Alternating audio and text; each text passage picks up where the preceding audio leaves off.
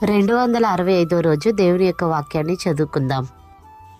మలాకీ గ్రంథము 1వ అధ్యాయము. ఇశ్రాయేలీలను గూర్చి మలాకీ ద్వారా పలుకబడిన యెహోవా వాక్కు. యెహోవా సెలవిచ్చినదేమనగా, నేను మీ ఎడల ప్రేమ చూపియున్నాను. అయితే మీరు ఏ విషయమందు నీవు మా ఎడల ప్రేమ చూపితివందురు. ఏశావు యాకోబునకు అన్నకాడా? అయితే నేను యాకోబును ప్రేమించితిని. ఇదే యెహోవా వాక్కు.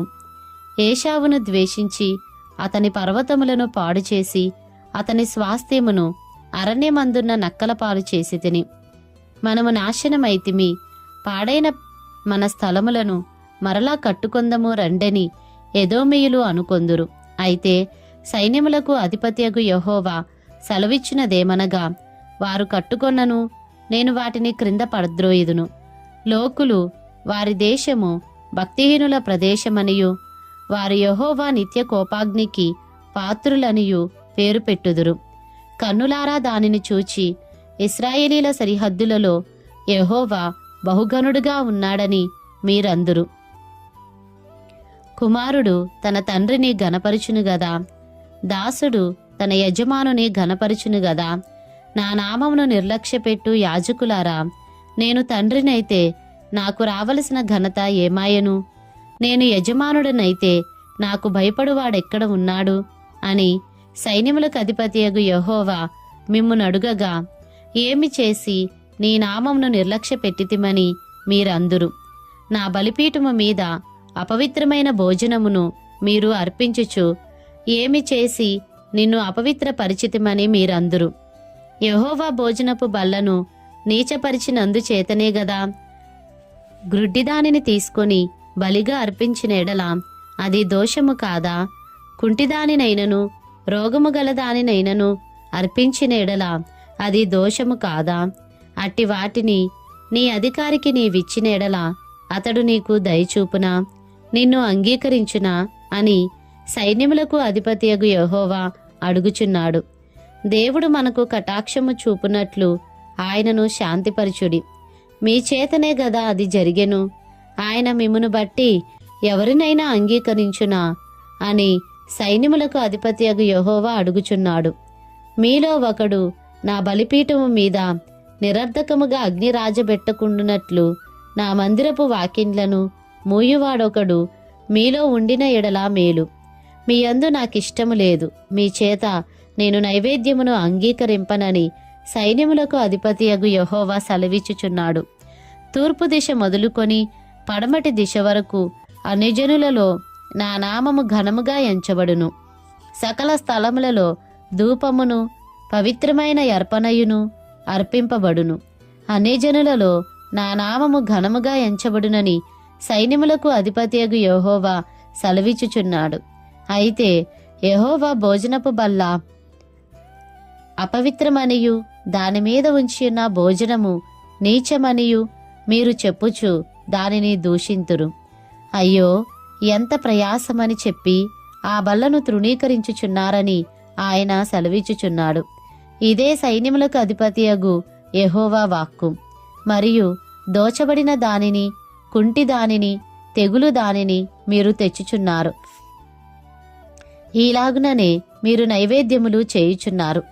మీ చేత నేనిట్టి దానిని అంగీకరింతునా అని యెహోవా అడుగుచున్నాడు.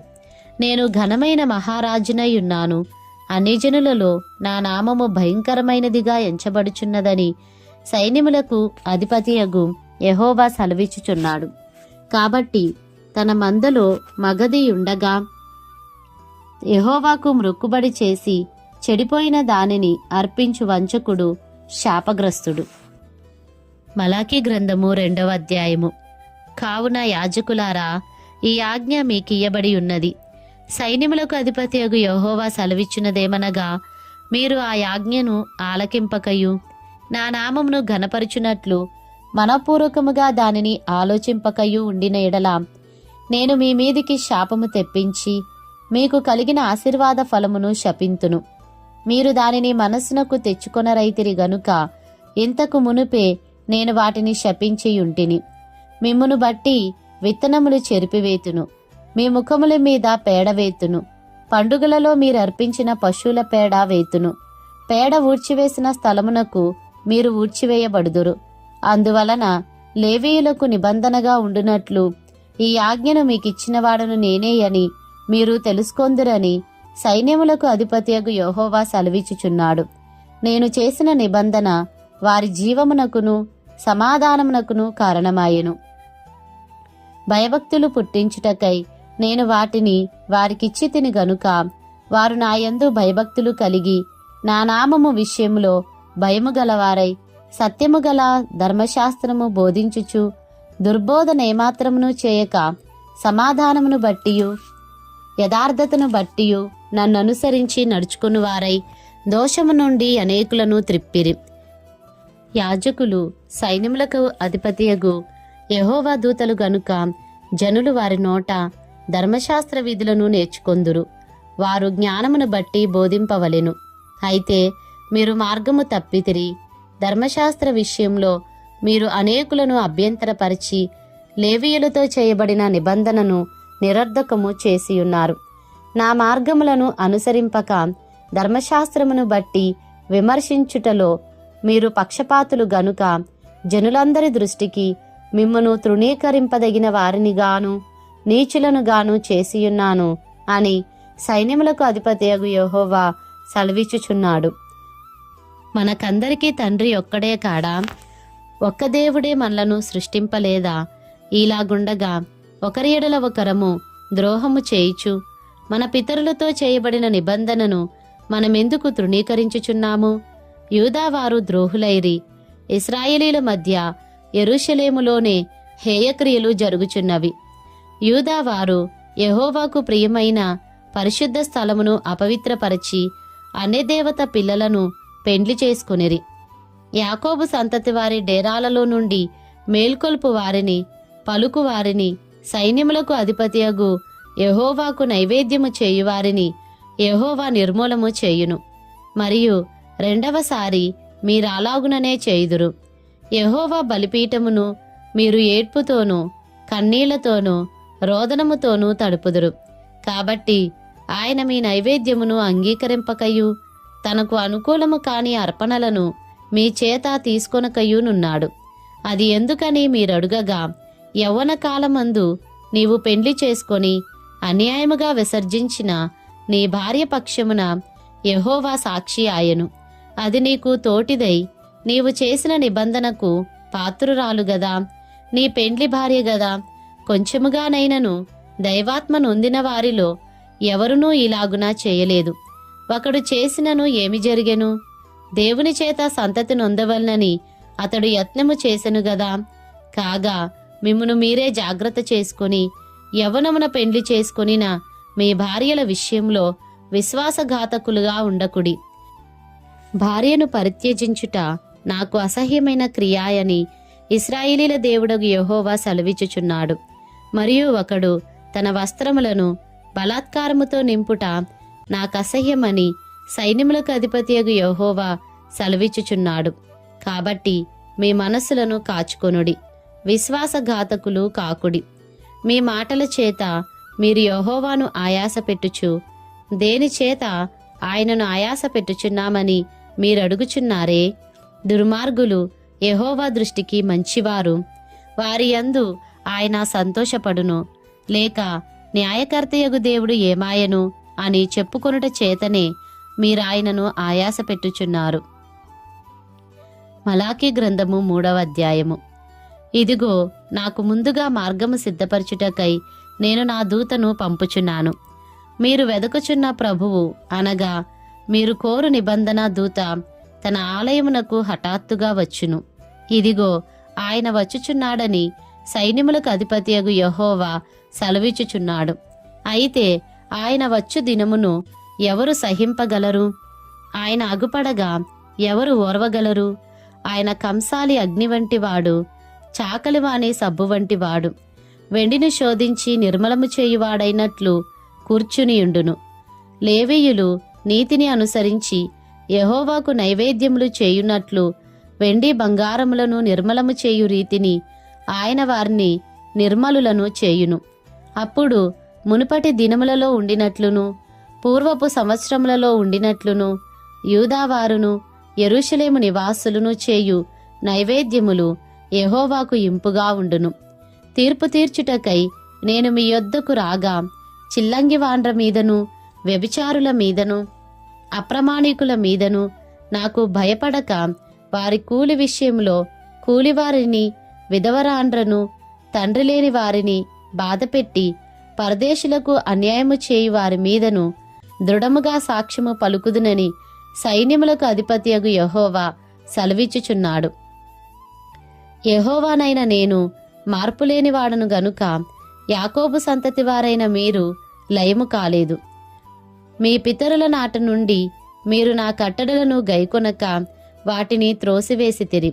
అయితే మీరు నా తట్టు తిరిగిన ఎడల నేను మీ తట్టు తిరుగుదునని సైన్యములకు అధిపతియగు యెహోవా సెలవీయగా మేము దేని విషయములో తిరుగుదుమని మీరందురు. మానవుడు దేవుని యొద్ద దొంగిలునా? అయితే మీరు నా యొద్ద దొంగిలితిరి. దేని విషయములో మేము నీ యొద్ద దొంగిలితిమని మీరందురు. 10వ భాగమును ప్రతిష్ఠితార్పణలను ఇయ్యక దొంగిలితిరి. ఈ జనులందరూ నా యొద్ద దొంగిలిచునేయున్నారు. మీరు శాపగ్రస్తులై ఉన్నారు. నా మందిరములో ఆహారం ఉండునట్లు 10వ భాగం అంతయు మీరు నా మందిరపు నిధిలోనికి తీసుకుని రండి. దీని చేసి మీరు నన్ను శోధించిన ఎడల నేను ఆకాశపు వాకిండ్లను విప్పి పట్టజాలనంత విస్తారముగా దీవెనలు కుమ్మరించెదనని సైన్యములకు అధిపతియగు యెహోవా సెలవిచ్చుచున్నాడు. మీ పంటను తినివేయు పురుగులను నేను గద్దించెదను. అవి మీ భూమి పంటను నాశనము చేయవు.